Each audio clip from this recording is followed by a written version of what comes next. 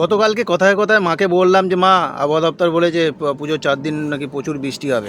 মা কথা শুনে বলে যে না, পুজোর 4 দিন হবে না, এই যা হওয়ার হয়ে গেছে, নিউজে শুনেছিলাম যে হবে। তো আমি ভাবলাম হয়তো আবহাওয়া দপ্তর জানিয়েছে যে হবে না। তো আমি নর্মালি জিজ্ঞেস করলাম যে কোথায় শুনলে, কে বললো? মা বলছে আমি বলছি আমি আমি কনফিডেন্সের সাথে বললো, এতটাই আত্মবিশ্বাসের সাথে বললো, আমি আমি থ হয়ে গেলাম। আমি চুল আঁচড়াচ্ছিলাম, চুল আঁচড়াতে আঁচড়াতে চুপ করে গেলাম। মানে এমনভাবে বললো আমার মা যে হবে না, মানে গ্যারেন্টি দিচ্ছে, এইরকম সুর ছিল তার মধ্যে। अबे साले মানে খানিকটা আমাদের মাননীয়ার মতন বক্তৃতাটা যেমন দেয় বিশ্বাস নিয়ে, ঠিক সেই রকম টাইপের বললো।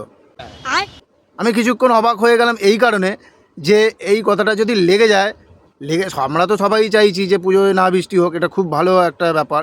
কিন্তু যদি লেগে যায় মায়ের কথা, আবহাওয়া দপ্তর কর্মীদের কী অবস্থা হবে আমি সেটাই ভাবছি, আর আমার কী অবস্থা হবে। প্রত্যেক দিন আমাকে শুনতে হবে। দেখলি তো, বলেছিলাম না, আমি বলেছিলাম না।